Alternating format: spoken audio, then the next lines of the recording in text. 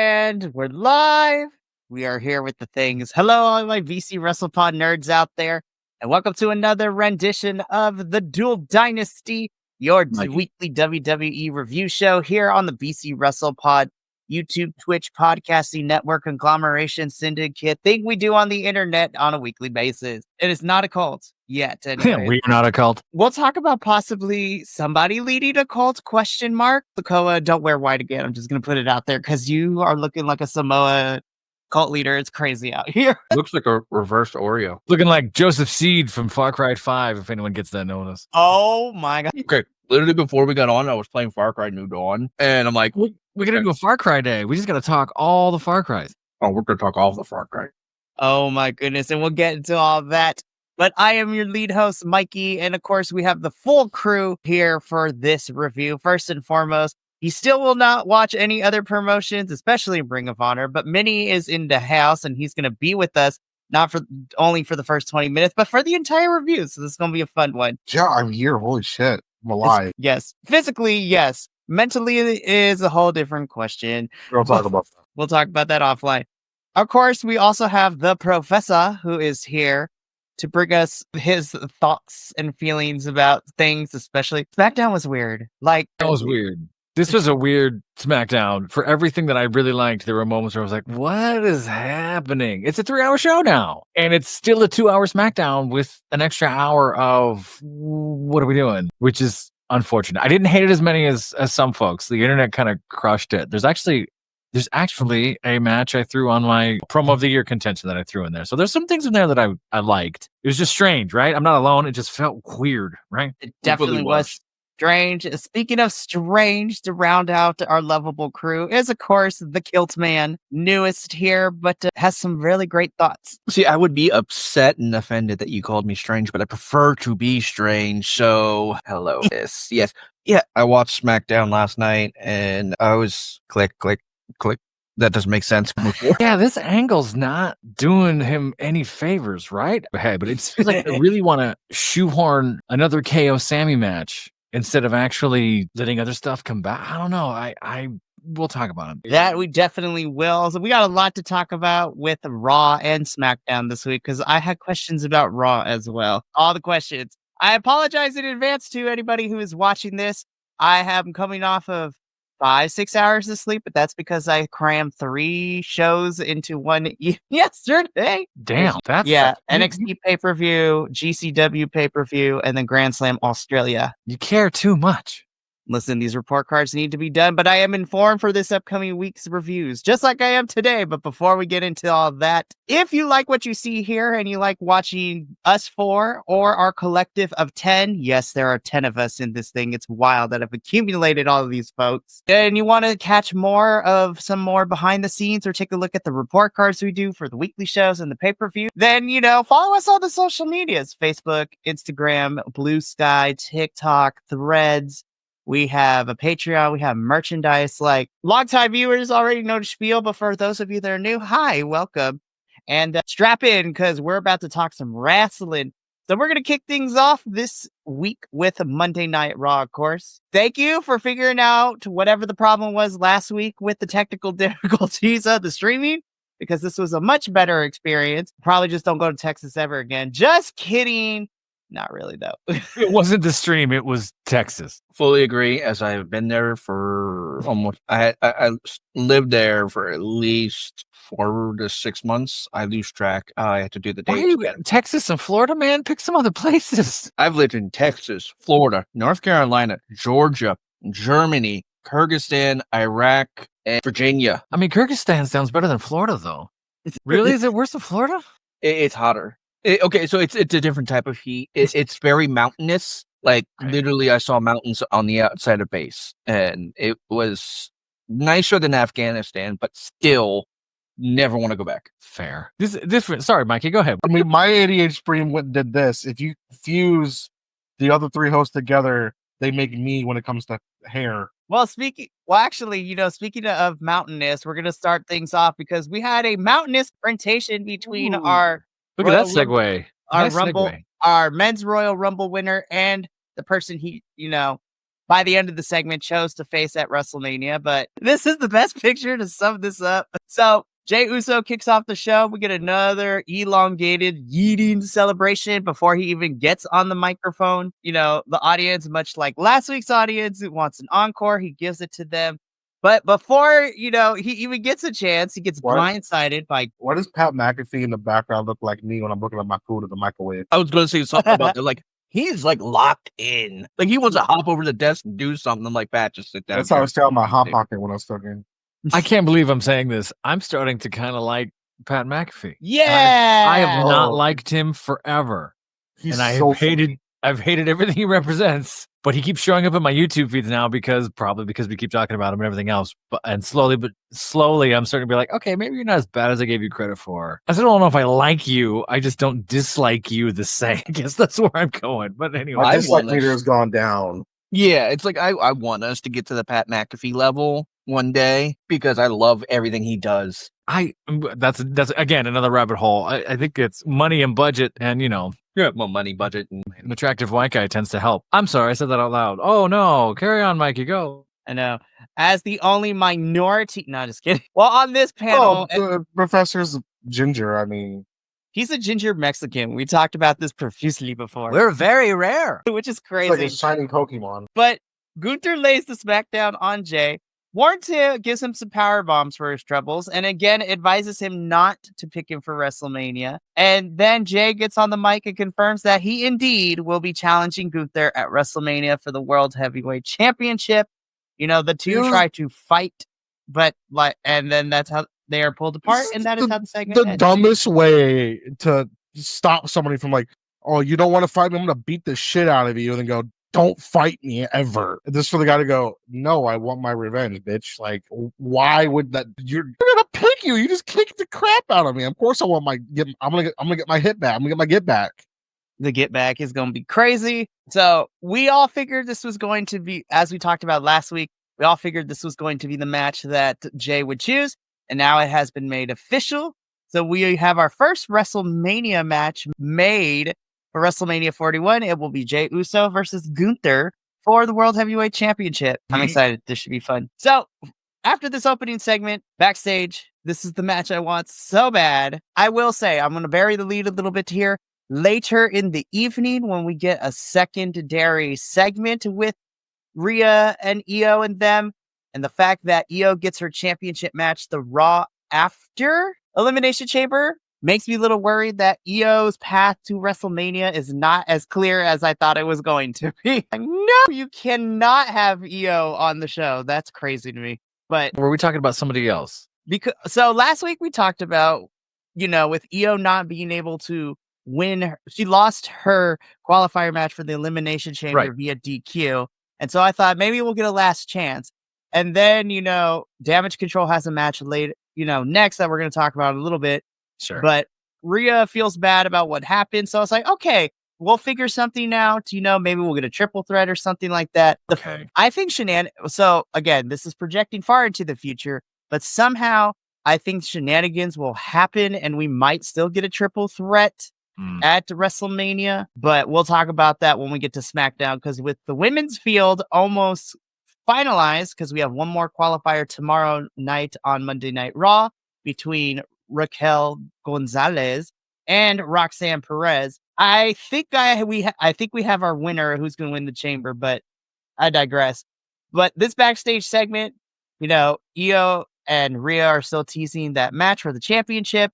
Again, later in the evening, Io gets her title shot, the Raw after Elimination Chamber, which is cool. But we are not done talking about Io or Dakota Kai for all that matter, because we get into our first match of the evening, which is Damage Control, Io Sky and Dakota Kai taking on the Judgment Day of Liv Morgan and Raquel Gonzalez. I am just going to go to, I will have to say, Liv got busted open so bad in this match. She was profusely bleeding halfway through. That knee damn near killed her. Like, it was crazy to watch her bleed, her face get busted open. I say, I think this was probably my favorite match of the whole entire Raw, which is crazy. I thought these four women brought it. And I do like that Damage Control did win because I was afraid that they weren't going to. The photos that came out from this were brutal. Some of the still shots of just blood and hair and nastiness were quite impressive.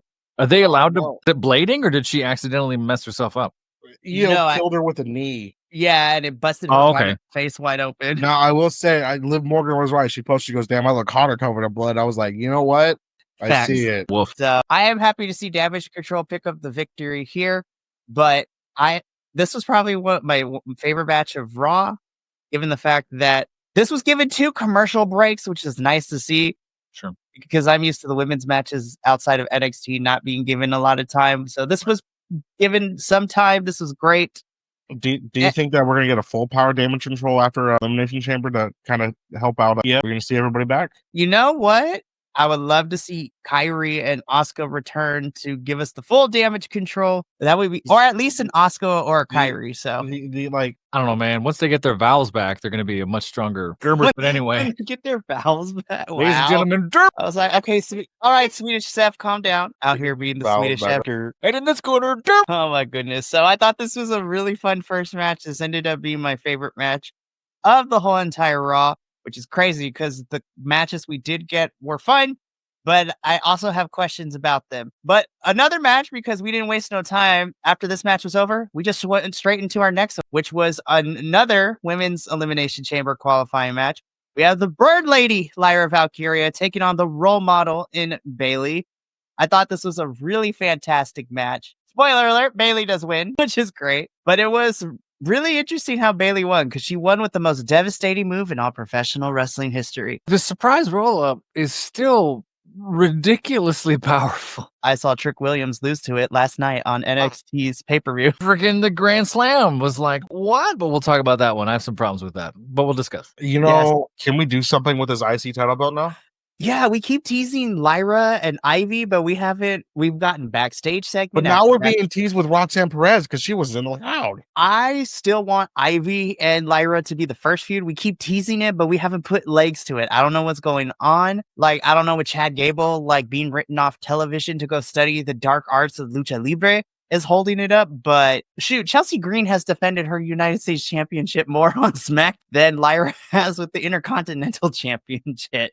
So I'm hoping that now we can start a proper feud for Lyra. Like Triple H, I don't know what we're waiting for.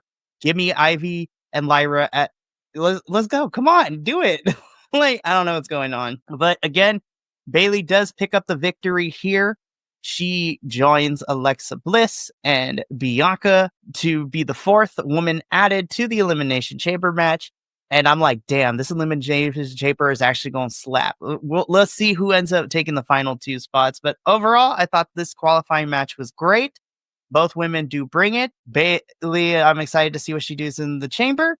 And hopefully Triple H will now start putting legs to a proper feud for Lyra and the Women's Intercontinental Championship. See? And now we have Hellman's and Miracle Whip. This is wild to me. Again, we keep getting these backstage segments. Give me this feud. Stop giving me the backstage. Let's start fighting in the ring. Like, I want this to happen. Like, what are we waiting for, Triple H? I digress. America, fuck yeah. Sorry, I just saw the red, white, and blue. That's okay. In my head. But speaking of America, Soccer Mom is back, and he is on Monday night. You cannot tell me AJ's long hair makes him look like a soccer mom. Like, especially when he's making that face. Look at that face. That's the face he makes when his son scores a goal. That's that. I want to see your manager so I can flirt with them face. Oh my goodness. So AJ Styles has moved on over to Monday Night Raw. He is officially on the Raw roster. He comes out to cut a promo talking about how he's happy to be back, how without telling us the words, we're probably looking at the last 3-4 years. AJ Styles probably going to be retiring in the next 4 or 5 years or something. And then how do we start his return from injury off? That is my favorite thing about Dominic. Every time he speaks, that's it. It's all you hear. It is so fantastic. I love it. So Judgment Day interrupts, and Dominic tells AJ that things have changed since he got hurt and he left for his injury. Judgment Day runs Monday Night Raw. This is the translation, by the way. We couldn't hear Dominic. This is the translation. We had to reverse engineer it, subtitle it, so we can figure out what he is saying. We had to mute the crowd and everything. It was crazy. It was insane. But yeah, when Dominic said that Judgment Day runs Monday Night Raw, and I'm like, in what universe and planet does that inaccurate statement? I'm like, I was like, y'all been running shit. He's like, it used to be, but that's then Damien and left. Y'all haven't been running nothing. Like, y'all been loose. And then poor JD like punctured a lung and broke some ribs on the way too. So, and then Liv gets busted wide open in the face. Like, what is going on? I saw a Carlito joke or not interview from. I was thinking the same thing. I saw the same interview. It's like, yeah, he's fine, you guys. Like, it was crazy. But, make fun of AJ. AJ gives him a backhanded compliment, telling him that, AJ likes Dominic's work ethic, but he will always be Rey Mysterio's punk ass kid. Thus, they fight, but AJ clears the ring of both Dominic and Carlito. So I'm sitting here, I'm like, okay, AJ and Dominic are about to feud. We get a match with them tomorrow night on Monday Night Raw. So, hey, I'm not mad. I want to see Carlito turn on the rest of them because, like, in another segment, we'll go through this of my reasonings. But he also said in in an earlier part of that same interview about it's talking about the how to spit the apple and how to properly chew it and such. And I'm like, can he just start doing that again, saying people aren't cool and just do his own thing? Yeah, we're gonna get there for like 2 weeks, and he's gonna get buried in the roster again. Yeah, I do. Unfortunately, I am happy to see AJ back as face. I just think he works better as face. We saw all that with LA Knight and stuff. Although he was a great heel for LA Knight because LA Knight was amazing in that. We were talking about this a year ago. I've been waiting for AJ to come back as face so he could retire as face, and now it seems like we're finally on that trajectory. The fact that he's talking about these are the last 3, 4, 5 years means he doesn't know what he wants. I don't put too much weight in that when wrestlers start. If it's like, okay, this is the end, all right, fine. But if he's going to do the Brett Favre thing or the Aaron Rodgers thing where it's like, I'm going to retire and then go 6 more years, like, okay, come on. So later on, AJ talks to Adam Pearce. He gets a match against Dominic tomorrow night. So we get to see that match happen tomorrow night. Woo!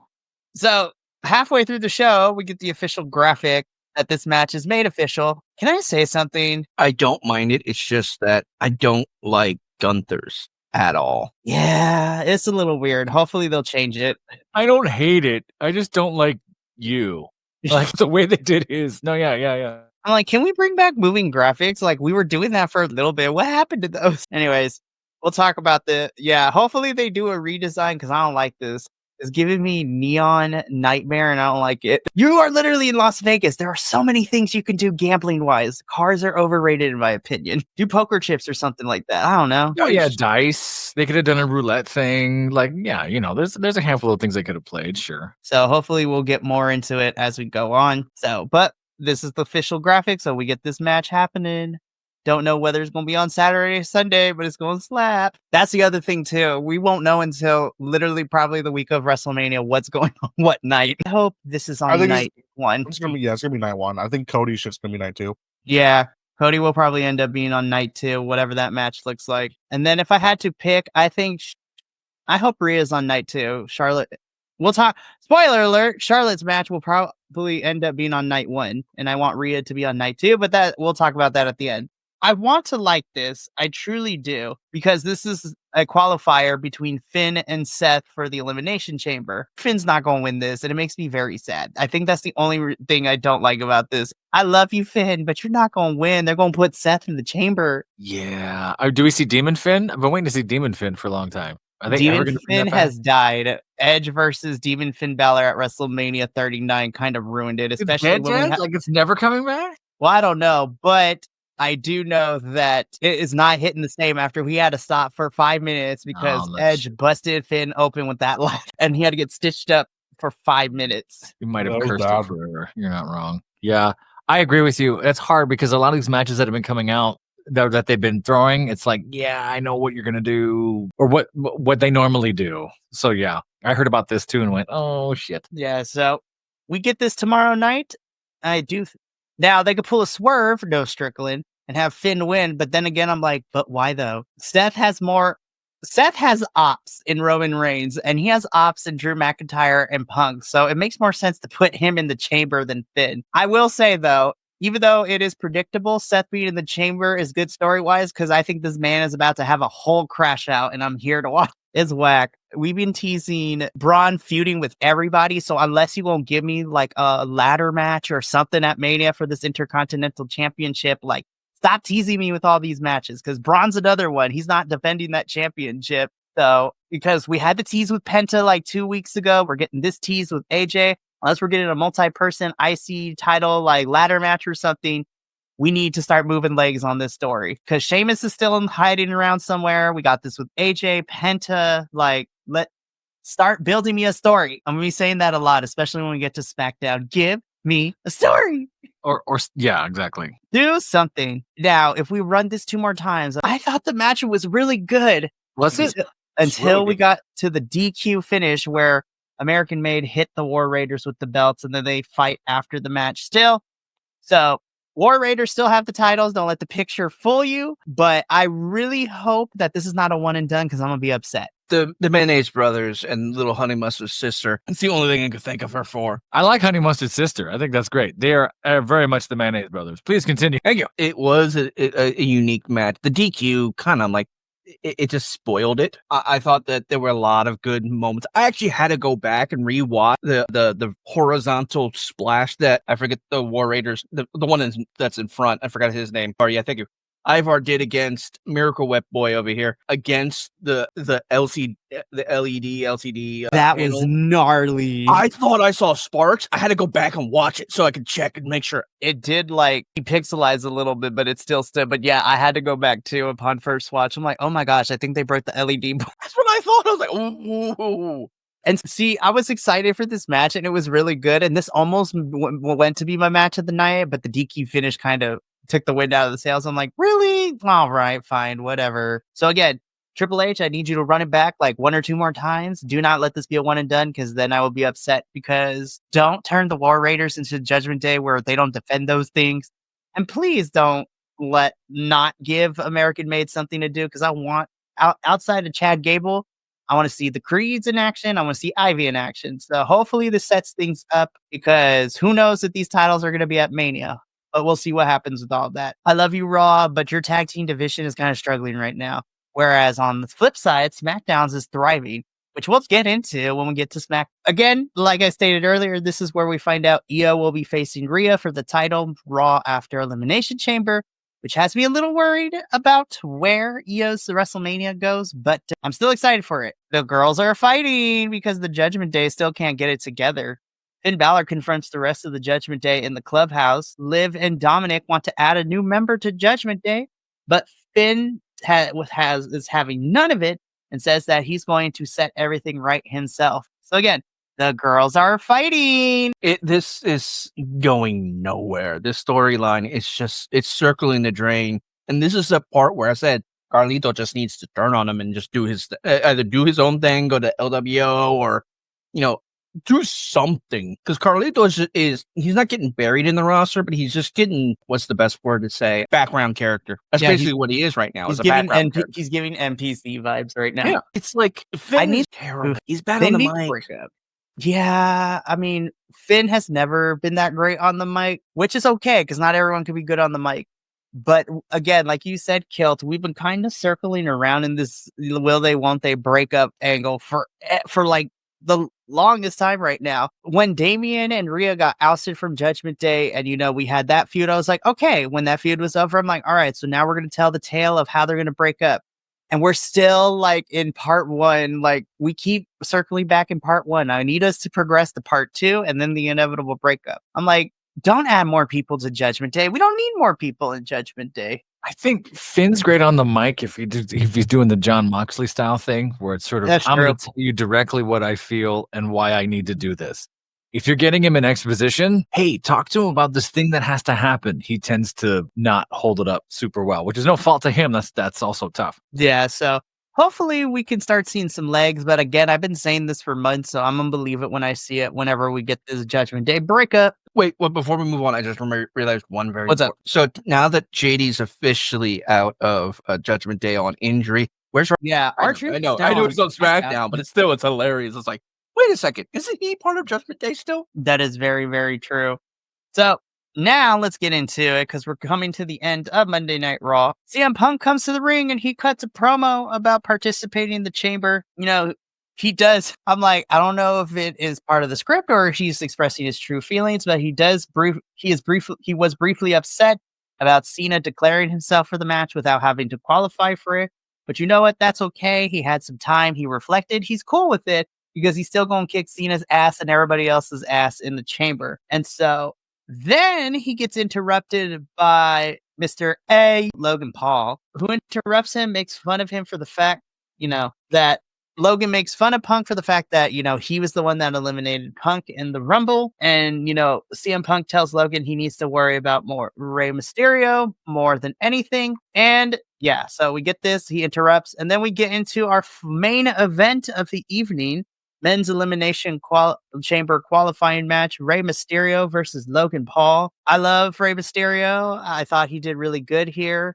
I love that Logan Paul is stealing Hangman Adam Page's moveset, which is kind of crazy to watch on live television. Literally, I saw a TikTok video I saw Hangman Page tweet and somebody put a video of the side-by-side comparison. I'm like, Logan Paul is stealing Hangman Page's ring moves. It's kind of crazy. He's Ooh, Hangman. I'm pretty sure if ever they meet someday, I would love to be there when Hangman just decimates Logan Paul. I want to see that live because we know Hangman's about that live. He's really about the cowboy shit. That's the thing. Just be like, by the way, you took all my moves and tried to make him look a certain way. I saw you and just crush him. Ugh. So, I don't like saying this because I don't like Logan Paul as a person, but I did really like this match.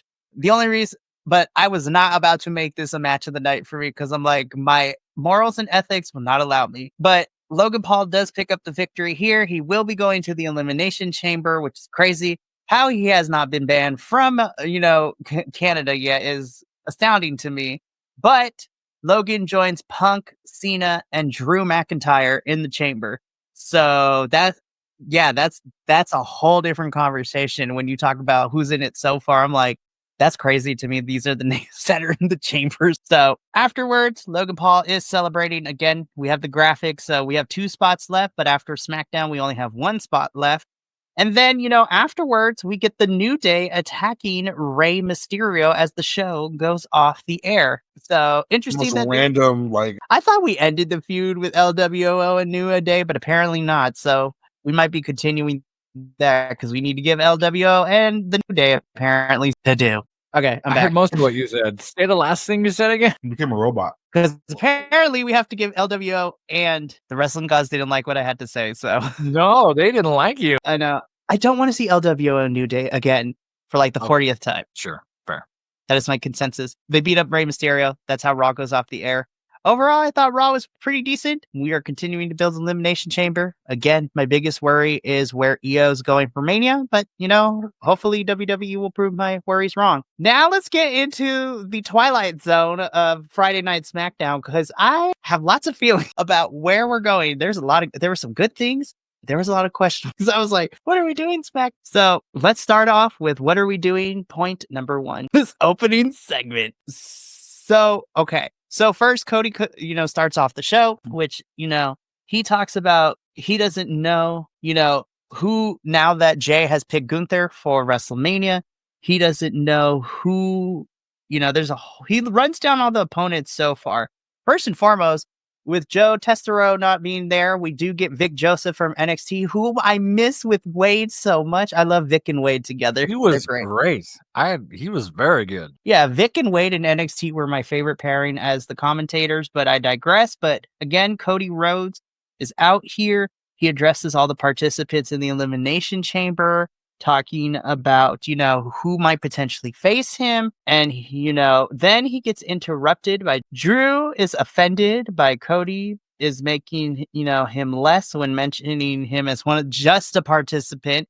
Again, Drew McIntyre is being a crybaby about things, which is very fun to watch. So with Drew pointing out that he's a multi-world champion, a former winner of the Elimination Chamber, Cody fires back by mentioning that, Drew was one of the men who defeated him in the past and he has not forgotten. But before we get any further with these two interacting, we get interrupted by the Timu bloodline as Jacob Fatu and Tama Tonga do come out at will. Yeah. So this I'm excited for. So Jacob gets on the mic. He says, tonight he's going to dog walk Damian and Braun and then go on to win the Elimination Chamber and bring the title back to the Bloodline. Drew is intrigued to have a one-on-one match with Jacob Fott too, but says that he's going to dip because this is not his scene right now. It's not his problem. And so Drew leaves to let Jacob and Cody kind of have their back and forth. Then Cody mentions that, if Jacob wins the Elimination Chamber, he can come and face him and try to take this title. And then, like a music video from the weekend, we just see, all dressed in white, rolling out, coming in. Solo Sikoa is seen arriving. I mean, we do get this little scene, but yeah, Solo Sikoa then is arriving on the Jacob can have a word with him first, but Cody's going to get the last word with him as the segment ends. I thought this was a weird way to end this segment. I'm not going to lie. This whole segment was just weird and tough. Drew had no real place being here. The whole reason he walked out and got pissed off was because it was Drew McIntyre. Moving on, it's like it was so just didn't make sense. Yeah, it was very arbitrary. Drew being petty is what made us really like Drew in the CM Punk feud. Yeah, I don't mind Drew being petty, but this just felt so shoehorned in. And I think what killed it, and this might just be me, this thing got bloated fast.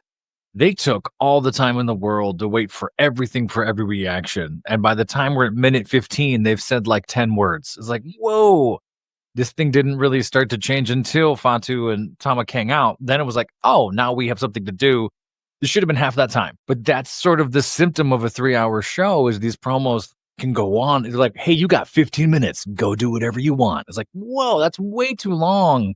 Unless you're really going to try to fill it, which we'll talk about a promo later, which they had it, but they let it run a little too long. I don't hate this. There's something almost cordial to the way Jacob Fatu and Cody talked was interesting to me. And made some of the storytelling we have later. But Solo wearing the bright whites. I mean, I don't know, man. It's a choice. His whole character this episode of SmackDown for Solo was very out of place and out of pocket. I'm just like, I don't like that's why we call Solo the weekday.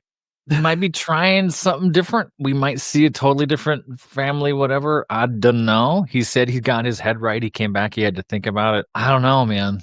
I'm a little confused. They're gonna run this bloodline thing back forever. I think this could have been a stronger start. It was hard to keep momentum up after this. No, which sucks because I think everything after this was pretty decent, which we'll talk about right now.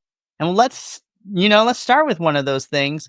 I only have one real critique, but we do get into our first match of the evening, which is a women's elimination qualifier match. God, I love Chelsea Green. She is amazing with everything she does, including the still shots. Like, she's just so good. But we do get Naomi and Chelsea Green, competing to be in the women's elimination chamber match. I thought this was a really good match. Naomi does win, so she will be joining Bianca and the rest of the women's field. Like, yes, give me Naomi momentum. There's only one issue that I have, and I'm going to kind of put Chelsea and Lyra in the same thing. I feel like we don't need to put our mid-card women's champions in these qualifying matches. I think we should have them not be in there since they're already champions. But again, I can't say we don't have a lot of women on SmackDown because we do. We have 12 women on SmackDown to figure out. So I'm just saying. Did you guys see that on Twitter? Chelsea Green banned wedgies. She made that unofficial. God, that spot. So good. That spot had me good. dying. I was going to ask y'all if you caught that. I was like, she's got a wedgie. Yep, and she banned them. She put out a whole tweet saying that like the president, Chelsea Green, bans them. It was funny as hell. I hope she runs this sort of Donald Trump adjacent character forever with her M. Bison hat and everything that she's doing. Yes. I think it's fantastic. I thought this match had a little bit of a clunky start. There was about 2-3 minutes in the beginning where they were definitely waiting for each other and trying to figure out who. They got a great stride in the middle. Like they really were communicating in the middle of this and it was great. There was some, I don't know what it was, if they got heady or whatever, just some hiccups on some things, which I'll say this, sometimes we see with Naomi. Every now and then Naomi, I think, gets in there, goes for it, and then goes, cool, where are we? Come on. Oh, and then she jumps into the next thing. So I'm just keying in on it now because I've seen her do it a couple times. But no, this was fun. I agree, though. It does dilute the title a little bit. Of course, Chelsea looked great. That's not what I mean. But the men don't have to do this, really. It comes up rarely. But in the same week, you've just sort of made those mid-card titles kind of meh instead of really making them something special. I think the danger here is with Chelsea Green, this becomes a joke title. This sort of a look at me, I'm the champion title, which I don't even want to say that's a bad thing because we've seen, hell, The Miz did that for a while. Like this sort of like, look at me, I'm the champion, and then making it a commentary on itself sort of thing. I don't hate that either. I just don't want them to get stuck. And like we say here all the time, like don't write yourself into a corner with that. Chelsea's really, really good. Usually that's for lesser wrestlers that find themselves in that position. Chelsea's really good. Oh, 100%. So Naomi does pick up the victory here. Now that Chelsea is kind of out of the Elimination Chamber picture, I hope now, again, unlike Lyra, who we've been teasing her and Ivy and haven't put legs to it, Chelsea has 3, other competitors. Again, Michin is still around, which I know we've seen them fight twice for the title already, but they always put on fun matches. BFAB, with a little more time, I think would be fun. And now with Zelina Vega being moved to Zelina and Chelsea would be a fun feud too. So I feel like SmackDown and Nick Aldis have done a really good job of putting competitors for this Women's United States Championship, and Raw needs to take a little bit of notes. But again, I don't want to see any champions be competing in these qualifying matches because they're already champions. Let them have their own stories outside of it. This was fun. Oh, Sami Zayn. So we get a quick on Twitter promo from Sami Zayn specifying that he did not know if he was going to be cleared in time for Elimination Chamber, but when he is cleared, him and Kevin Owens would go again and would not be fun for Owens. And even though Kevin Owens' fire back wasn't until later in the show, I'm going to group it here because Kevin Owens, the last 2 promos that we've gotten from you from your car, I want to say this. I think Kevin Owens is a great promo person. I think he can bring great promos. I just haven't liked the last 2 that we've gotten from him. I'm like, the motivation is a little weird here. And they know it's not quite hitting the way they want it to because they're commenting on it, right? He's doing this from his car because he's not allowed in the arena. Like they're even the commentary is starting to announce it. So they know that hook's not quite landing the way they want it to. At first it came off as I'm a serial killer stalker. And now it's turning into she dumped me. I'm going to go cry in my car. Like, nah, and that doesn't quite sell the same, right? So I think they need to pivot from this. I don't know how they're going to. And of course, I would love to see Sami and Kevin fight forever. I have no problem with that. It just feels like we're waiting for a Randy return. And this is what we're doing in the meantime, which kind of does a disservice to all 3 of them. But it's either that or go back to the bloodline, which we've already done 10 other times. So again, they're kind of written into a corner. I'm just going to say this. The nuclear option, which is probably the best option, bring back El Generico and just go nuts. Generico, yes. Have him be the dark arts teacher that's teaching Chad Gable the ways of lucha, whatever. Didn't Karrion Kross say something about that? Yeah, I think. Was it Karrion Kross? Somebody's recently just said something about, hey, there's still a mask for you, Sammy, or something like that. Dude. Yeah, that Karrion Kross did. If that happens, I will lose my mind. The research I did on El Generico was like, oh my God, this is amazing. Anyway, but yeah, they're kind of stuck and they're running the same thing. A little bit more in Canada and Toronto and whatever, fine. I don't hate that. I just wonder, you better do something to rank this up. Like right. Sammy's not cleared and has to fight in a neck brace. I don't want it to be gimmicky, but there's got to be something here that makes me want to care instead of you crying. And I don't know, it's not coming off the same. They got to figure out something. Oh, absolutely. Well, at least you're making this pile driver legitimately it reminds me of 2009 Randy Orton head punk kick. That is very true as well. That pile driver, which is probably the safest in the business, is now the most dangerous ever seen. Yeah. Oh my goodness, I love it. But yeah, Kevin ends his promo in his car stating that regardless if he's cleared or not, Sammy needs to show up at Elimination Chamber, which, spoiler alert, he's going to, and we're probably going to get a segment during Elimination Chamber. So we got to fill out the show because as of right now, we have the men's and the women's chamber, and then we have a tag team match, which we'll talk about when we get to that. That is happening at Elimination Chamber. It's going to be interesting. Motor City Machine Guns beat Los Garza, period. Moving on. I will say this is Legato's first appearance without Elektra Lopez, and she is no longer a part of, she got released, which is crazy. I hate when they call up NXT folks, put them on main roster, and then they don't do anything and then get released. Like, what are we doing? Anyways, I digress. I can't really say much. Motor City Machine Guns win. Now that they lost the DIY, Just keep them on television. I'm still waiting for this fatal 4-way, fatal 5-way, whatever is going to be at Mania between all the SmackDown tag teams, which I think would be ballin'. Just put it somewhere and give them time, because that was our biggest critiques at Rumble. I think Anyways, this is what that was sort of a, don't forget, these guys are here. And then we're moving on to next week.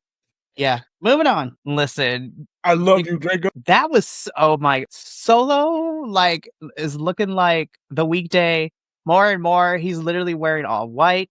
He's basically copying the Weeknd's outfit from his most recent album. Jacob, you don't drink the Kool-Aid. It's okay. You don't have to. Why is he wearing a stepdad sweatshirt? Look at that thing. I was like, all right, not Christian Cage. All right, Samoan Christian Cage, calm down. I think listen, the chain is what does it, dude. The Samoan patriarchy. Yeah, yo. I think the funniest thing about the thing that kind of took me out of it was, where are you, Solo? Where are you? Oh, there you are. Like, we're running around, and he was. I like the difference between you got like Tamatanga.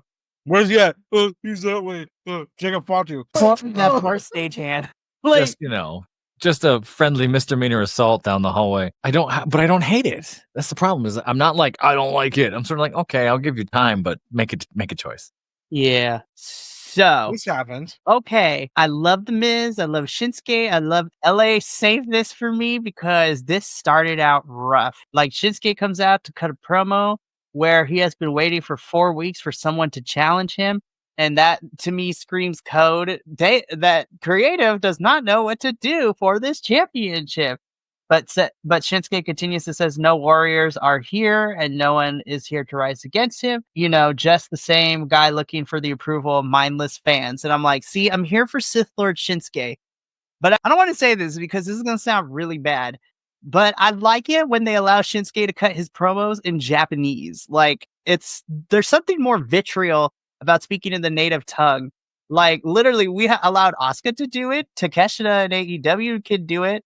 Miss Liang Li in TNA is able to cut, her promos in Mandarin. Like, for some reason, WWE wants to try, wants their wrestlers to cut promos in English, which is fine. But Shinsuke cutting Japanese anime villain promos and speaking in Japanese adds so much more to his Sith Lord character than what we saw.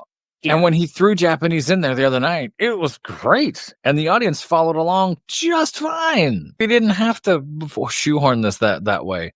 I think what made it awkward was Shinsuke, who's the title holder, had to step out of the ring as two white dudes bark insults at each other and just colonizers. I'm just kidding. Right? It's sort of like, come on. I think that was kind of unfortunate. That could have been done a little better. Like Oprah Winfrey, you get an interruption. Yeah, and they love doing that tropey thing, which I'm like, I don't want. We have a lot to talk. We have more to talk about. I don't want to dive into this too long. This one could, if you had cut 4 minutes out of this, you would have been gold. I think they sat on their heels a little too long for this one. When I went back and looked at it, this is like a 13-minute promo of just the two of them. And they're making jokes, and The Miz is still The Miz, and it's quite funny, and the stuff's working. I don't know how, I guess The Miz's career now is what, 20 plus years? Something like that. He's been in the WWE forever. So there's a little bit of the rumor of, well, maybe Miz is trying to retire. Well, maybe this is his one last hurrah since we started to see him more the last few years or so. And I know he had some injuries and other stuff that he was dealing with a bit ago. And it's not that he can't go. He obviously can, because the match after this was actually fun. I enjoyed it.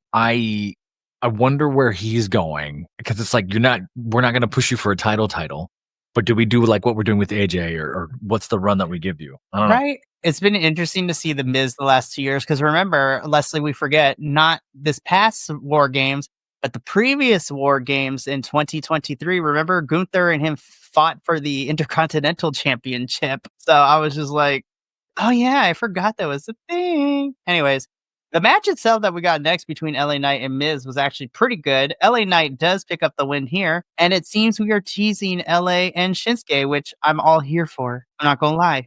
I think, because LA technically has never got a rematch since losing the title at War Games.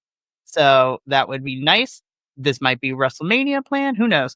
But again, like I said, for Lyra, I just want Shinsuke to have a proper feud, because we do not know what we're doing with him. So anyways, moving on. I missed. You've been in a basement for a while. You were on Smack. Killman makes more money than you. And Nia Jax is a face. Makes more money. Y'all get paid? What are they paying you? I get cheese crackers. Mikey Double the cheese crackers? He's not even the one that pays me. The other dude does. Minnie. just feeds you cheese crackers and leaves you in the basement all day? Well, I left him in the basement for how many months?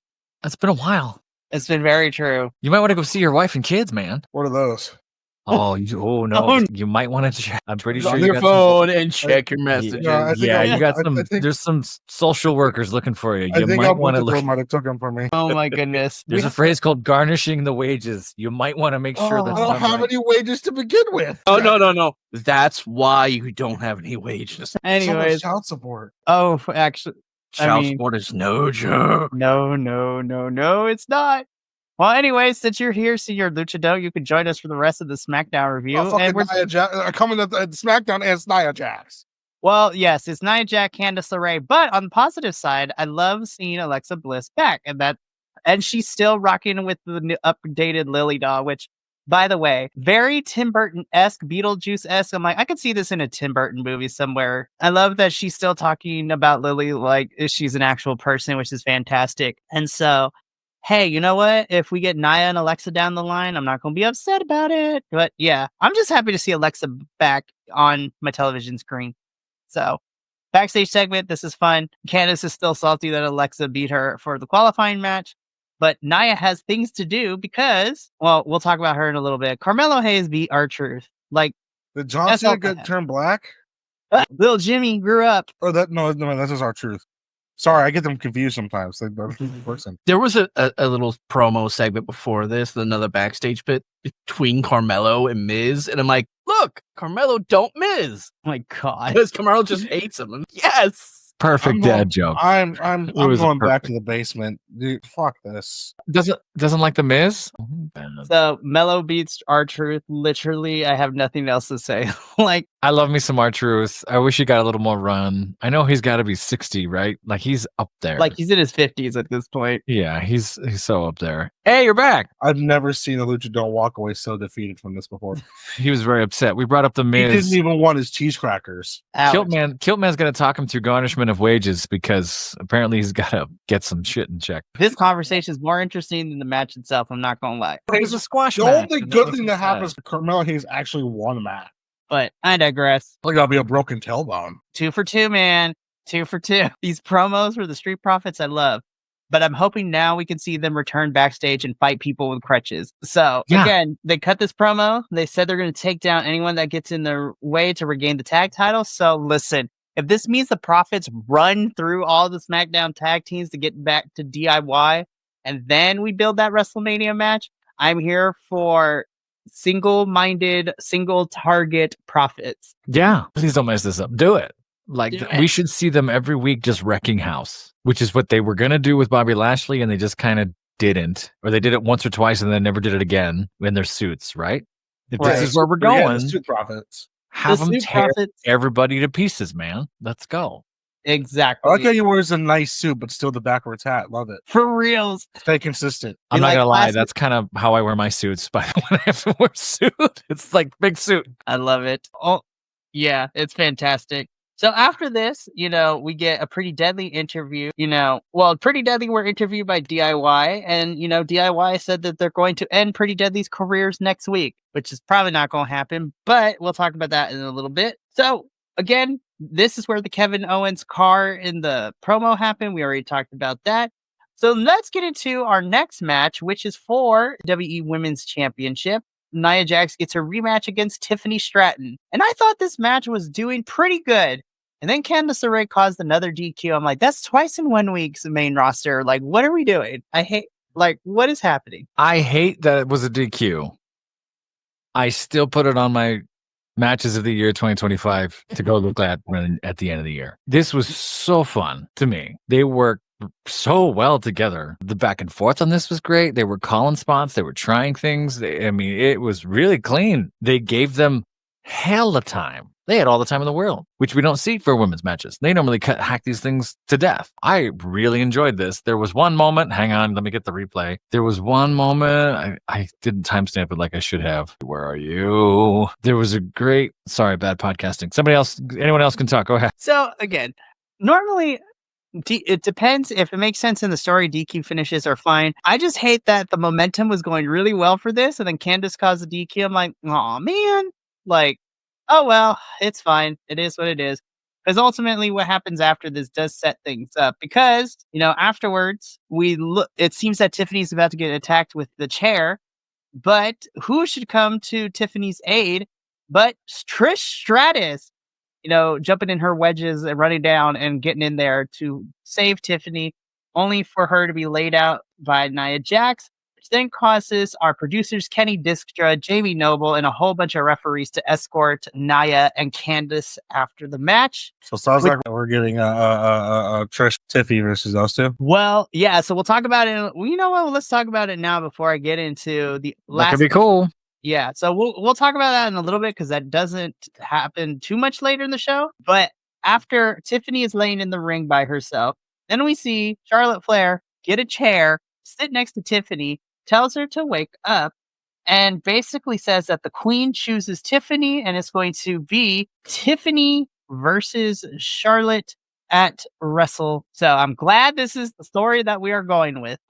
I will say the internet I have seen some division. A lot of people are excited, but a good chunk of people are like, great. So Tiffany's not going to hold this title for long. I really hope they allow Tiffany to beat Charlotte at WrestleMania because I really think that Tiffany is the future. And I would love to see Charlotte get the title back at some point, but not at the expense of Tiffany's popularity and Tiffany's rise right now. So we'll see. I take back this match of the year. I have started to write this down, but didn't finish writing it down because of the ending.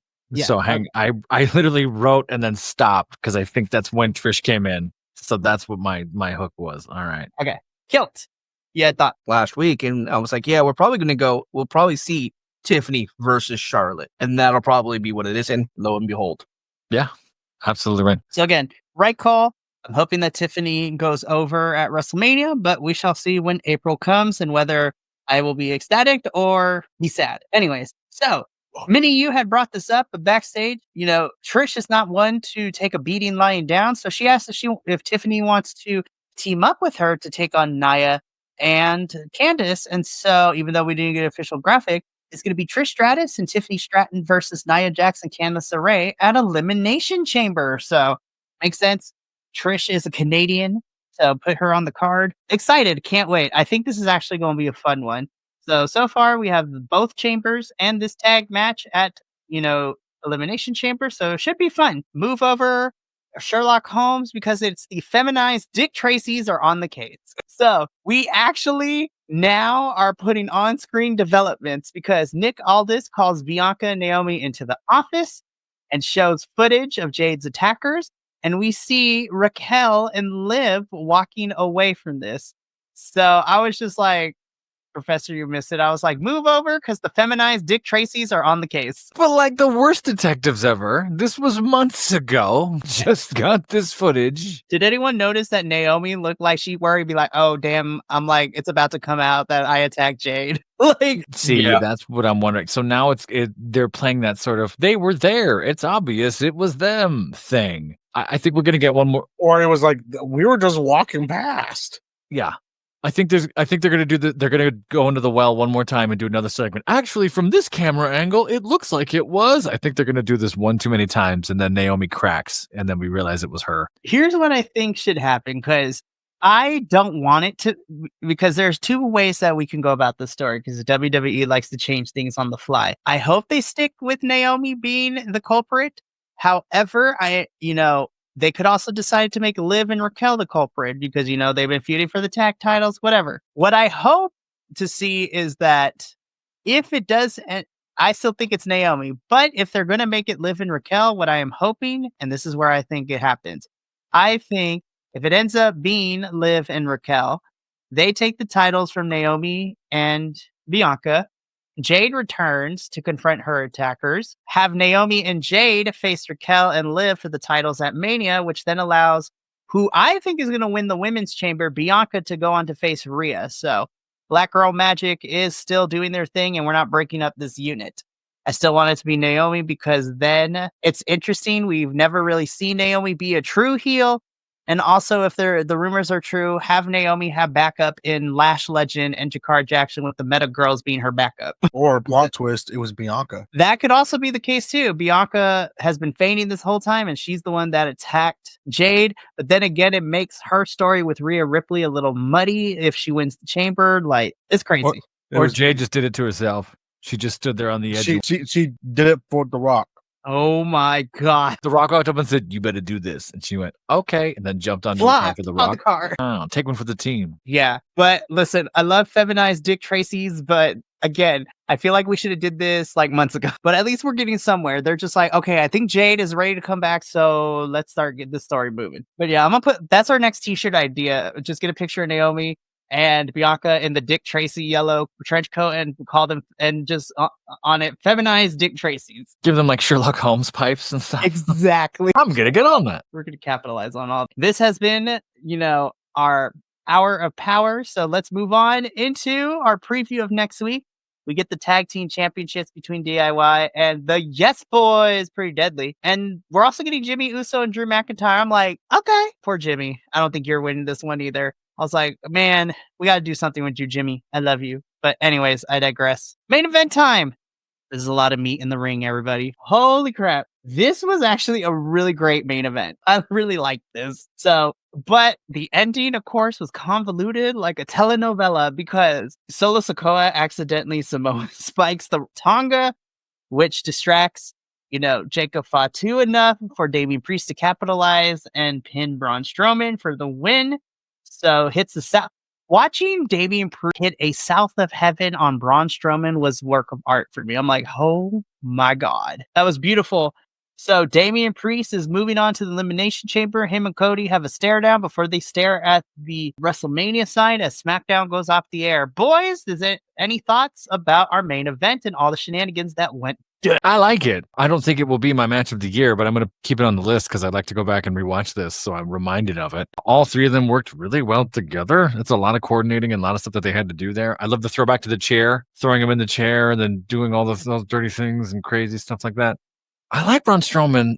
I don't think I was watching when he came in and at his crux. Has he always kind of been stuck in this? He's never been a champion, right? And I know he had what he had with Ricochet and other things, but is there a reason he doesn't get the play that he does, or has it just been a while? Okay, so to kind of blow your mind, because people forgot this, Braun technically is a former WWE Universal Champion. This was during the COVID era, but so Braun had the title. He lost it to a returning Fiend, Bray Wyatt. Right. And then at SummerSlam during the COVID era, we had Braun and Bray Wyatt, who was in the Fiend character, fight it out. But it ended up becoming a triple threat because this is where we got a post-leukemia, and it's safe enough for him to come in because the pandemic wasn't in its like at the peak phase, Roman Reigns. So this is where Roman Reigns returned as the tribal chief for the first time. Right. Beat Braun and Bray for the title, and that's when Roman held that title for 4 years after that. I see. Okay. The genesis of the tribal chief Roman Reigns. So there's part of me is like, I would love to see him get more run. I don't know how old he is, but I like watching a 6'8" dude wreck house. It's kind of a blast. I thought this was fun. I enjoyed all of this. It's a shame that the rest of it was all so clunky to get to here, but that is how SmackDown goes off the air with Damian and Cody staring at each other and staring at the WrestleMania sign. So that takes care of, Dual Dynasty for this week. We made it through the week in WWE. Overall, I have some questions, but we have 2 weeks to go before Elimination Chamber. So this is going to be a fun 2 weeks. So before we do our sign-offs and all that good stuff, to kind of give you a preview of this week, again, we have things are slowing down as a normal week for us here at BC WrestlePod. This Tuesday, you can see the Professor and I, and hopefully a returning JVL. Going to talk to him. The trifecta of AEW folks will be back together to discuss this past week's Dynamite and Grand Slam Australia. I didn't watch Dynamite, but I did watch that Grand Slam. Holy crap. So come by Tuesday to watch all that goodness. Then on Wednesday, it's a double dose of our, melanated review squads, because it is the most melanin you're going to get, because we begin with our NXT crew. really quickly. Hey, Nick, friend to the channel. By the way, stay tuned because me and Nick are working on stuff for WrestleMania Hell Week, so it's going to be crazy. So stay tuned for Nice. more information when we get that all finalized.